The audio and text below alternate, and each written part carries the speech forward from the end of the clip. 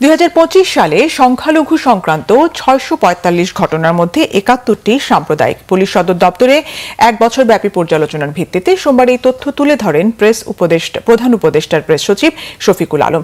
Press wing জানায় 71টি সাম্প্রদায়িক ঘটনার মধ্যে মন্দির ভাঙচুর 38টি, অগ্নিসংযোগ 8টি, মন্দিরে চুরি 1টি, খুন 1টি এবং অন্যান্য ঘটনা 23টি।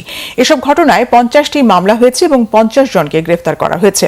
এছাড়া অসাম্প্রদায়িক ঘটনা হিসেবে চিহ্নিত করা 574টির মধ্যে অস্বাভাবিক মৃত্যু 172টি, চুরি 106টি, ধর্ষণ 58টি, প্রতিবেশী বিরোধ 51টি, ভূমি বিরোধ 23টি এবং পূর্ব শত্রুতা 26টি সহ অন্যান্য 138টি অপরাধ রয়েছে। প্রতিবেদনে বলা হয়েছে এই পার্থক্যটি গুরুত্বপূর্ণ। প্রেস উইং এর মতে তাৎপর্যপূর্ণভাবে উপলব্ধ সূচকগুলো দেখায় যে বাংলাদেশের আইনশৃঙ্খলা ক্রমান্বয়ে উন্নতি হচ্ছে।